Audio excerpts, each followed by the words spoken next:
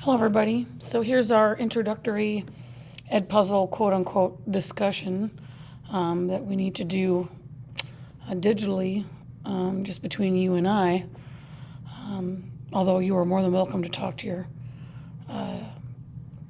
classmates as you're doing this, since I'm out for a funeral, coincidentally, with the subject. So please just answer the questions as best you can, just to kind of get that initial thoughts out on what death is before we start reading what some philosophers think over this next very small unit of a week.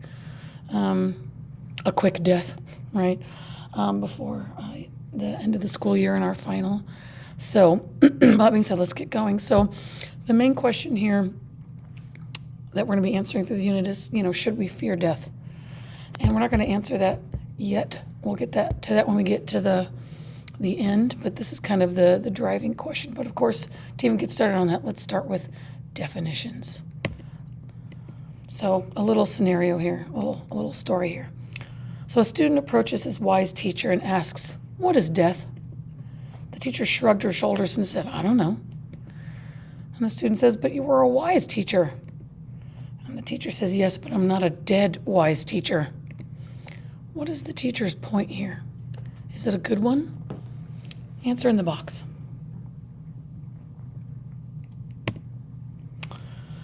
And so, what even is death, right? So getting with those definitions, what is it? Is it something or is it nothing, as Martin Heidegger, the German existentialist philosopher, says? He actually calls death das Nicht. He says what many people are afraid of is the nothing. In German, that's das Nicht. So what do you guys think? Is death something or is it nothing? Is death an event or is it an experience? Is it a weakness, a limitation, part of life, or something else? Put in the chat box. What is death to you?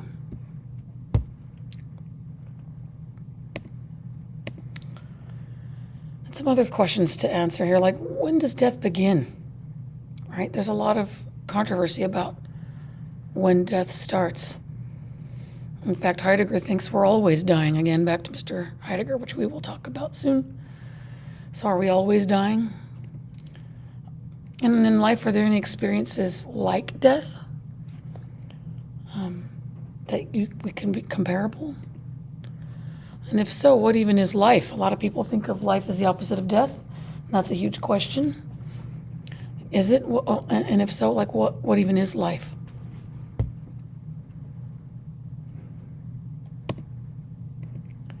So a little scenario for you for some more questions. So here we go. Excuse me. Imagine you were raised in a palace in a land of endless summer. The palace is built from marble that shines in the sun. The gardens are lined with orange trees. Swimming pools stud the grounds like mirrors of the sky. Your clothes are woven from nature's softest materials. Jasmine can be smelt on the breeze that circles through the large palace rooms. You were given everything you asked for. When you were 3, you asked for a zoo, and it was given to you. You have grown up with your animals, with your tiger, giraffe, your marmot, and flamingo. Servants occupy the palace, tending lovingly to your needs. Your parents are always happy to be with you, and they make no demands of you. But in all this time, in the first 15 years of your life, you have never traveled beyond the palace walls. And no one within the palace has died, nor anyone ever has told you about death. Indeed, death is a word you do not know. It has never been used in your presence.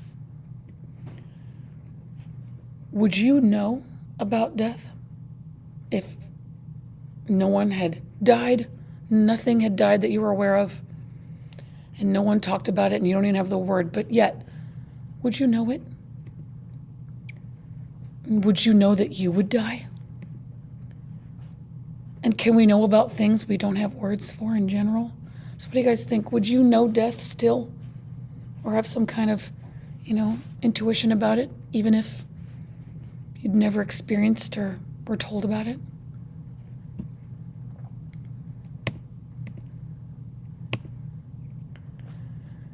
Because is it possible not to know about death? And if we do not know about it, if we do know about it, where does this knowledge come from? Just merely aging, getting older, moving from ages 3 to 7 to 15 to 25 to 45, does that fact imply death? In fact, is that why people are so cruel and judgmental about what aging looks like? Because it's really just a fear of death, because we know it.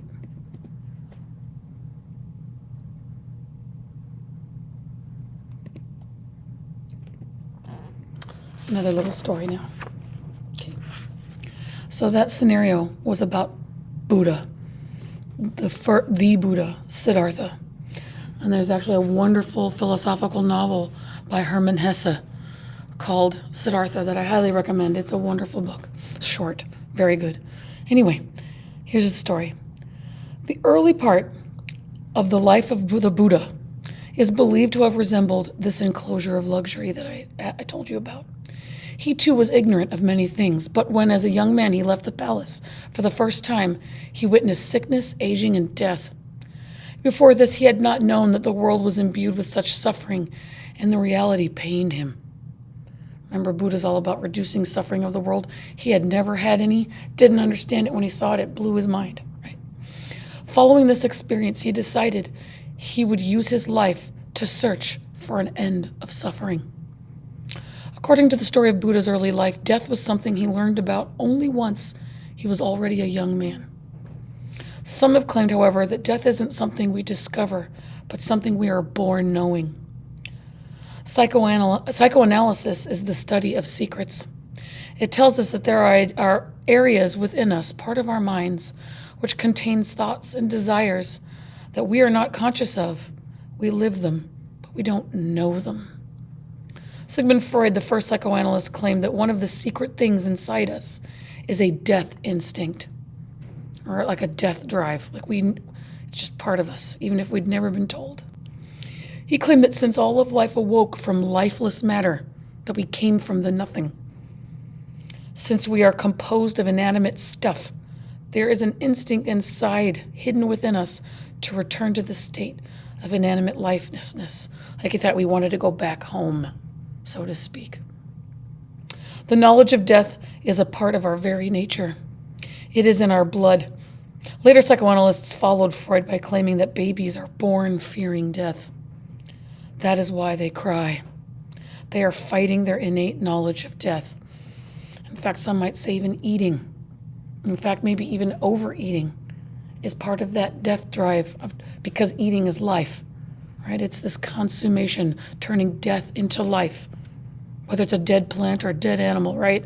We're turning death into life, and it's this fight to not die. So, is the idea of death something we are born with or something we learn? Do you agree with Freud that we are born with it, or is it something we have to learn like Buddha? If we learn it, when do we do so? Is it like when our first goldfish dies?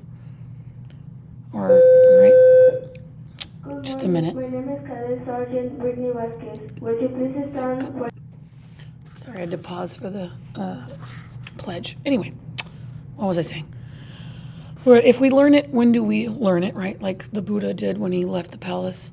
But if it is not learned through real examples, how is it learned? Right?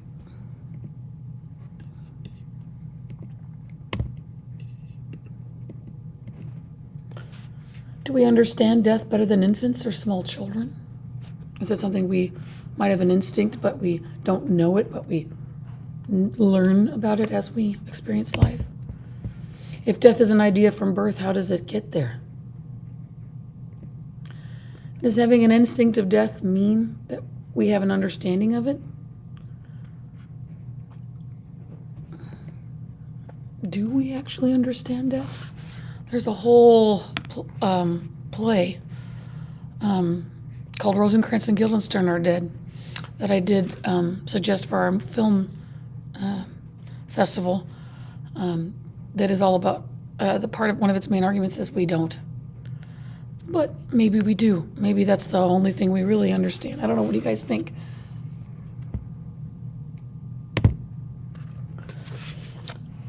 Another big question is death bad? One of my favorite philosophers, the German philosopher Arthur Schopenhauer, thought that death is what keeps us alive. If we were not afraid of death, if the destruction of the body did not terrify us, he suggests many of us may have already chosen to die. Schopenhauer here is echoing Shakespeare's Hamlet that I want to play for you. This is the Hamlet soliloquy, where he is contemplating whether or not to kill himself. Okay? And the only thing that keeps him from killing himself is that he doesn't know what will happen. And I'll talk about it after. But let's listen. This is from the great David Tennant. Oh, whoops. Let me go back. I don't know why it didn't play for me. There we go.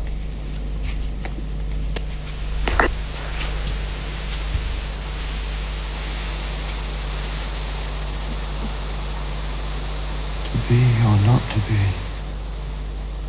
That is the question.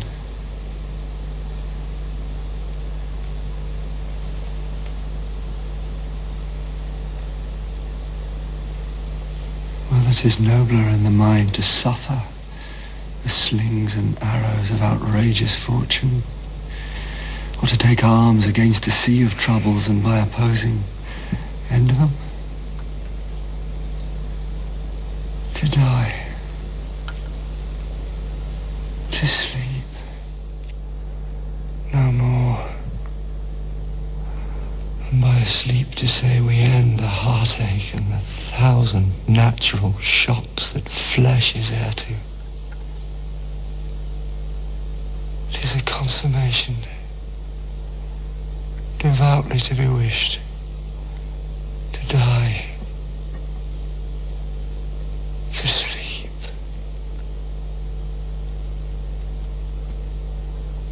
perchance to dream. Aye, there's the rub.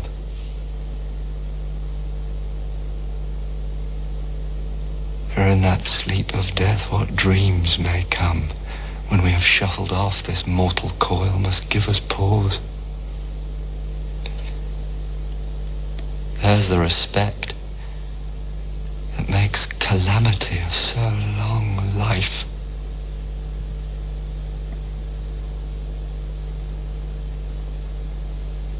For who would bear the whips and scorns of time, but that the dread of something after death? The undiscovered country from whose bourne no traveller returns, puzzles the will.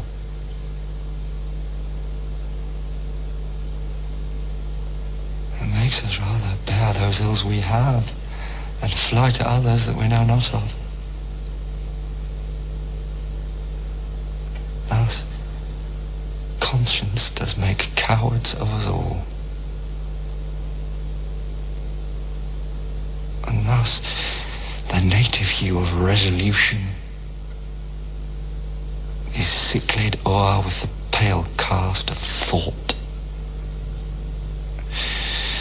And enterprises of great pith and moment, with this regard their currents turn awry, and lose the name of action. Soft, you know. The Paraphilia. Okay.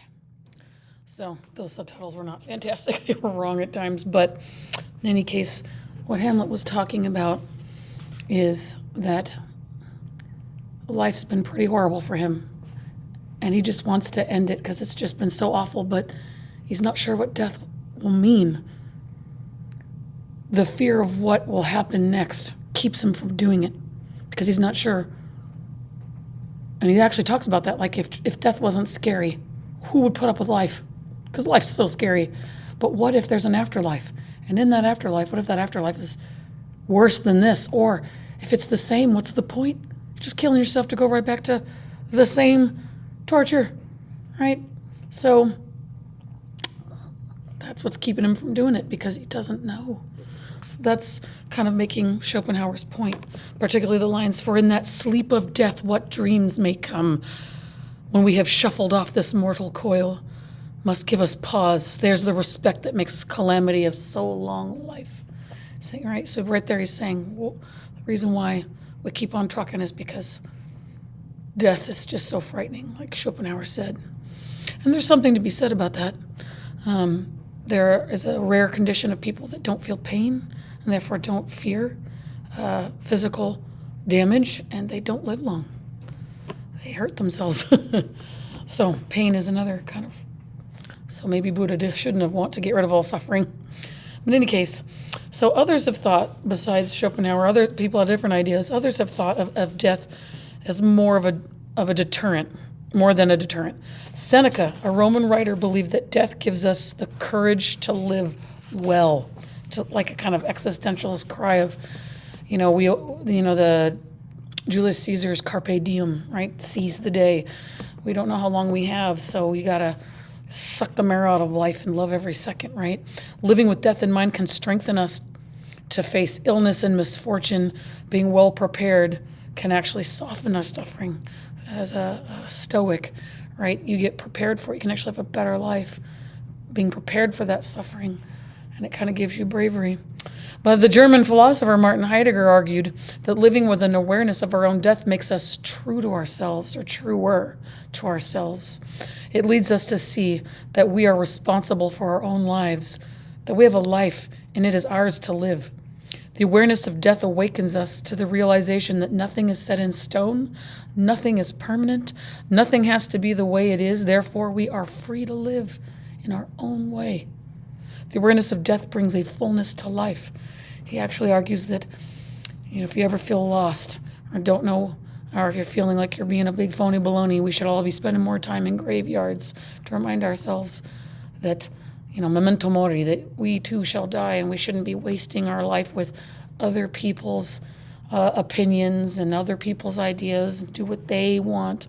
We should be, again, seizing the day and living true to ourselves, because our life is not guaranteed.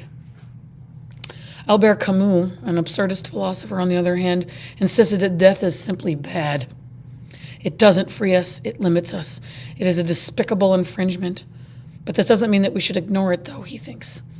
A good life, Camus claimed, is one that is lived despite death. In fact, he thinks the most rebellious thing you can do is to live a life of happiness and shake your fist at death and say, I'm going to have a good life anyway, you jerk. Right? To live with an awareness of death is the best we can do to defy it. It is the best life on offer. We should not be defeated by the thought of death, nor should we pretend that it isn't real. We need to face it. We should stare at that thought down and live anyway. To live as defiance is the way to happiness, right? Like a kind of joyful middle finger, right? Like you may have heard people say, not today, Satan. Well, he would say, not today, death, right? He sadly died young in a car accident. I'm going to say upper 40s, maybe 50, with his train ticket in his pocket. His friend was giving him a ride to the train station that he never made it to. I think they ran into a tree. So with those kinds of ideas, what do you guys think? Is death bad? Is immortality preferable? I actually had a professor, a philosophy professor, who said, I'm not sure if death, immortal afterlife is a promise or a threat. Why might he have thought that? And is an awareness of death actually good for us? Or are we better off not thinking about it ever? Okay.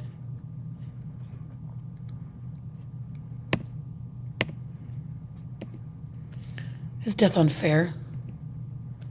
Is it the worst thing that can happen to us? Is it a tragedy? Is it bad just to be nothing?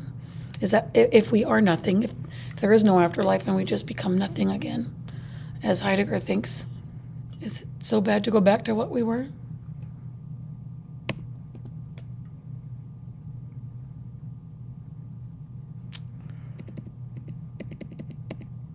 So, what you guys are going to do next is you're going to be reading Epicurus' Death is Nothing to Us. He is the founder of the Epicurean philosophy, which is kind of like Stoicism, slightly different angle, a few different details, but and it's kind of like Buddhism a bit. So please read his excerpt, Epicurus' Death is Nothing to Us, and there's only 2 questions to answer after that, and then we'll use that to discuss when I get back, and then I'm going to show you Heidegger and a couple other philosophers on death before we end. Pun intended. Thank you for sharing your thoughts about death. I know this is a heavy subject, but it is one you picked. And it's a poetic ending to our year together, which might be the death of your childhood, but the birth of your adulthood. And lots of great things to come, I am sure. See you guys Monday.